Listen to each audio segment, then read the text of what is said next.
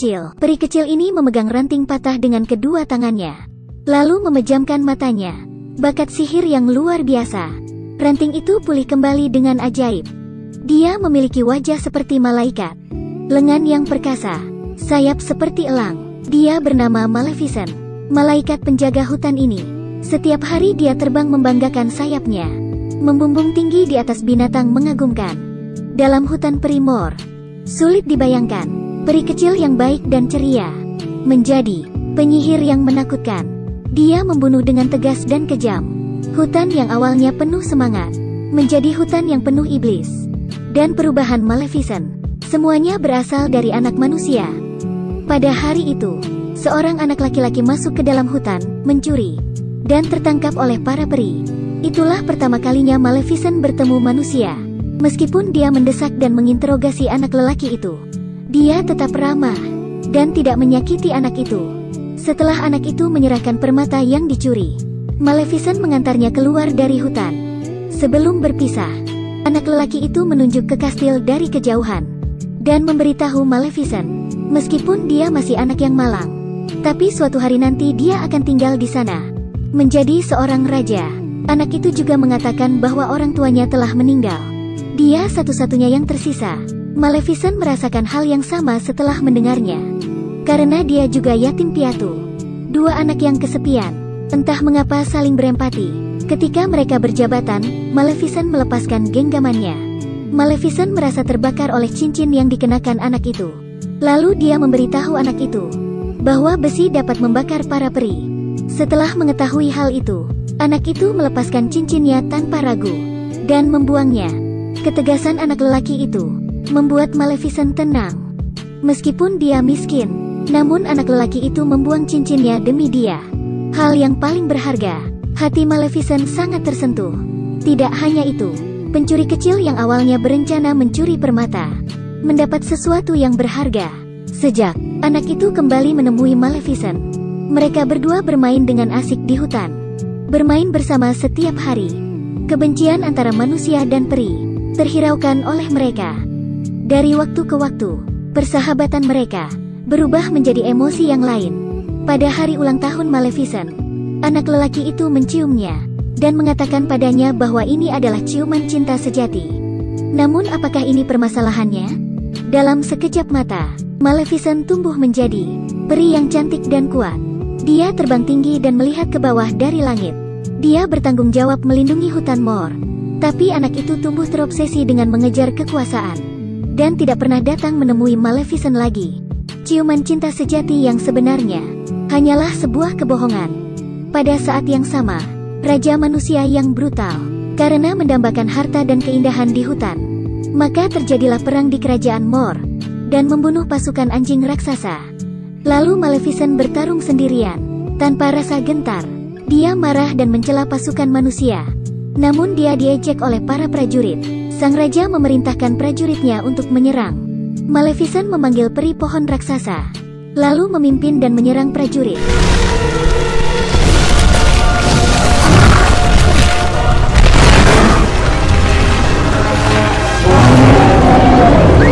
Dihadapkan dengan peri pohon raksasa, prajurit manusia rapuh seperti kertas. Tak ada yang perlu ditangkis.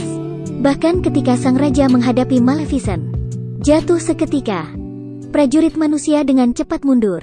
Saat sang raja yang tua tidak pernah sakit parah, dia sadar bahwa sudah kehabisan waktu dan memberikan perintah terakhir. Jika ada seseorang yang dapat membunuh Maleficent untuk raja, dia akan mewarisi tahtanya dan akan menikahkannya dengan putrinya. Seorang pria di samping sang raja menyimak. Dia ingin mengejar kekuasaan sebelumnya. Dia adalah Stefan yang meninggalkan Maleficent. Saat tengah malam, Stefan berlari kembali ke hutan sendirian, bertemu lagi dengan Maleficent, menghadapi seseorang yang pernah dicintai. Maleficent masih berbaik hati. Dia memaafkannya walau pergi tanpa pamit. Mereka berdua berpelukan. Semuanya seperti kembali ke masa lalu. Tapi mulut pria itu penuh dengan tipu muslihat. Maleficent yang tidak mencurigainya meminum ramuan obat dan tertidur dengan cepat. Lalu, Stefan mengambil kesempatan untuk mengeluarkan belatinya. Peri cantik yang pernah memiliki sepasang sayap yang besar dan megah. Namun hari ini, secara diam-diam dipotong oleh pria yang dicintainya. Ketika dia terbangun dari tidurnya dan melihat sayapnya yang hilang, dia sangat patah hati.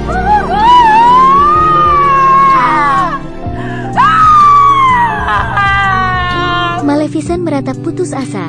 Sakit fisiknya tidak sebanding dengan penipuan dan pengkhianatan kekasihnya. Dia benar-benar seperti jatuh ke dalam jurang. Untuk mencari tahu apa yang terjadi, Maleficent pergi dan bertemu seorang petani. Lalu dia menyelamatkan Gagak yang terperangkap dan mengubahnya menjadi manusia. Gagak itu menjadi mata-mata Maleficent. Gagak terbang ke kastil kerajaan manusia dan melihat seorang pria berhasil naik tahta serta menikah dengan putri tertua sang raja. Mengetahui Stefan mencari kekuasaan untuk dirinya sendiri, Maleficent sangat marah. Kejahatan dan kebencian mulai tumbuh dalam hatinya.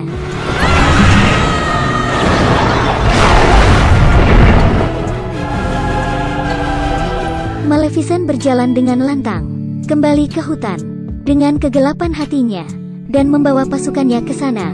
Kerajaan Mor tidak lagi seindah musim semi. Menjadi kerajaan tak bernyawa, Maleficent tidak membunuh manusia karena dia sedang menunggu kesempatan yang tepat untuk balas dendam. Hingga sebuah kabar baik datang dari sekumpulan Gagak. Raja dan ratu itu melahirkan putri yang imut dan diadakan pesta ulang tahun yang besar. 3 peri datang untuk menyenangkan sang raja. Mereka berebut untuk mengirimkan berkat kepada putri. Tiba-tiba angin badai bertiup. Maleficent datang tanpa diundang, mengenakan jubah hitam dan tongkat sihir di tangannya. Auranya yang kuat mengejutkan semua orang. Kehadirannya di sini untuk membalas dendam sang raja. Namun dalam perjalanannya dia memilih putri kecil yang masih bayi. Dia memberi kutukan yang kejam pada ulang tahunnya yang ke-16. Sebelum matahari terbenam, dia akan berada di ruang tenun, menusukkan jarinya ke pemintal, dan akan jatuh tertidur selamanya.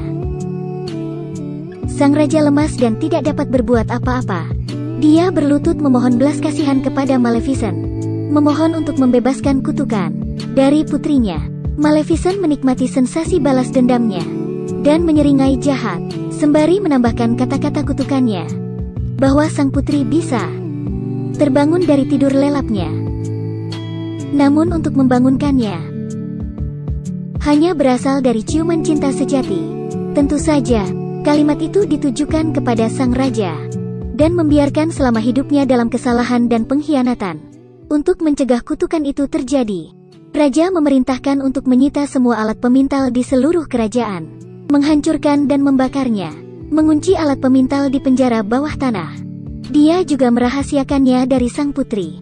Sang raja mempercayakan putrinya pada 3 peri ajaib, membiarkan mereka pergi ke tempat rahasia dan bertumbuh dewasa. Hingga sehari setelah ulang tahunnya yang ke-16, mereka boleh kembali ke istana. Di sisi lain, Maleficent berada di perbatasan hutan, membangun tembok duri, dan melarang manusia menginjakan kakinya di hutan Mor.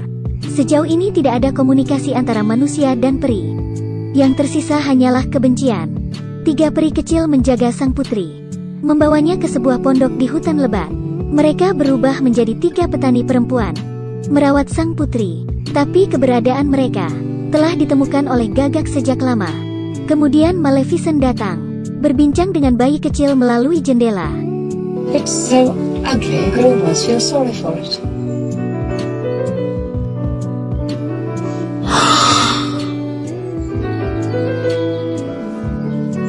I hate you, Misty. 3 peri itu benar-benar tidak bisa diandalkan. Tidak punya pengalaman mengasuh anak sama sekali. Bayi kecil itu sangat lapar dan menangis. Lalu mereka bertiga memberinya wortel dan semacam umbi-umbian. Jika tetap seperti itu, bisa diperkirakan usia putri kurang dari 16 tahun. Bisa kelaparan hingga mati di tangan mereka bertiga. Seekor gagak membawa bunga di paruhnya, terbang ke bayi kecil yang menangis.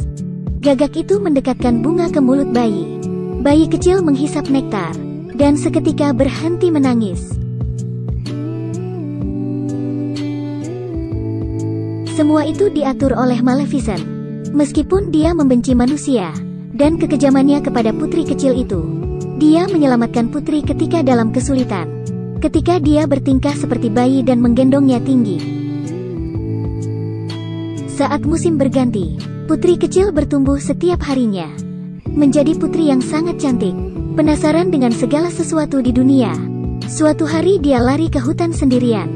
Dia melihat seseorang yang terlihat garang. Maleficent. Tapi putri tidak takut sama sekali. Karena dia mengenal sosok itu. Yang telah menjaganya diam-diam. Apakah kamu ibu periku?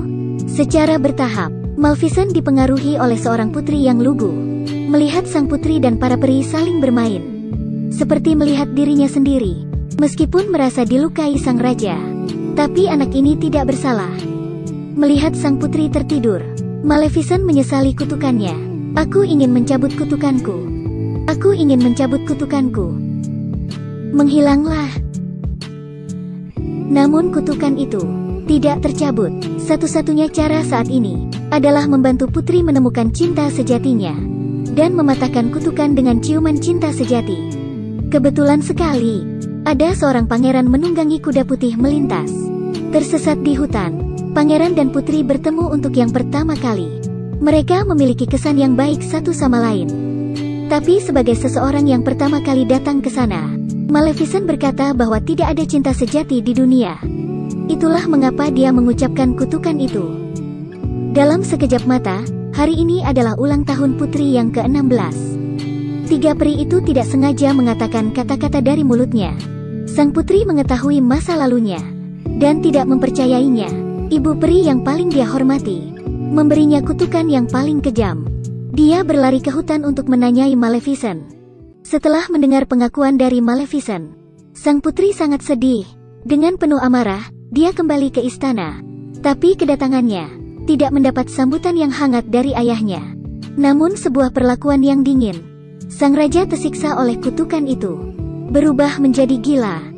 Sedangkan waktu sudah habis. Karena kutukan itu, sang putri berjalan ke ruang bawah tanah, menuju ruang pemintal, melihat jarum yang tajam, dan menusukkan jarinya ke jarum. Kutukan itu menjadi kenyataan. Sang putri jatuh pingsan dan tertidur dalam keabadian. Dalam penyesalannya, Maleficent harus mencari pangeran tampan dan membawanya ke istana untuk membangunkan sang putri dengan ciuman sejatinya. Tetapi sang putri tidak bangun. Dua orang yang hanya bertemu sekali, bagaimana bisa menjadi cinta sejati? Maleficent menyesal berkali-kali. Dengan tatapan menyesalnya, melihat putri yang tidur, dan meneteskan air mata. Dia membangunkan putri dengan sentuhan hangatnya. Mungkin dia akan kehilangan sang putri selamanya. Setelah pengakuan yang tulus, Maleficent mendekati dahi sang putri, menciumnya dengan lembut. "Hai, Ibu Peri." Maleficent tidak mengharapkan keajaiban itu terjadi.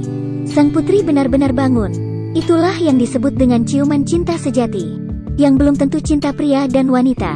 Maleficent mengajak sang putri pergi meninggalkan istana, tanpa diketahui oleh sang raja. Dalam perjalanannya keluar, sang raja membuat jebakan.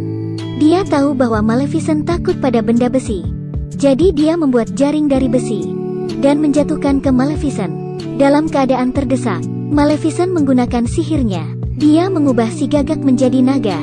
Naga itu menyemburkan api, membuka jaring besi, dan berhasil menyelamatkan Maleficent. Namun naga itu tidak bisa berkutik di dalam istana. Dengan cepat para prajurit menjebak si naga. Maleficent juga dikepung oleh para prajurit. Lalu sang raja muncul dengan baju besinya, menghadapi cinta lamanya. Tanpa menunjukkan belas kasihan, dia mengeluarkan pedangnya dan bersiap untuk menghabisi Maleficent, iblis yang telah mengganggunya bertahun-tahun. Sang putri menemukan sayap Maleficent yang hilang, dan berhasil membebaskan Wah. Tubuh Maleficent langsung bereaksi.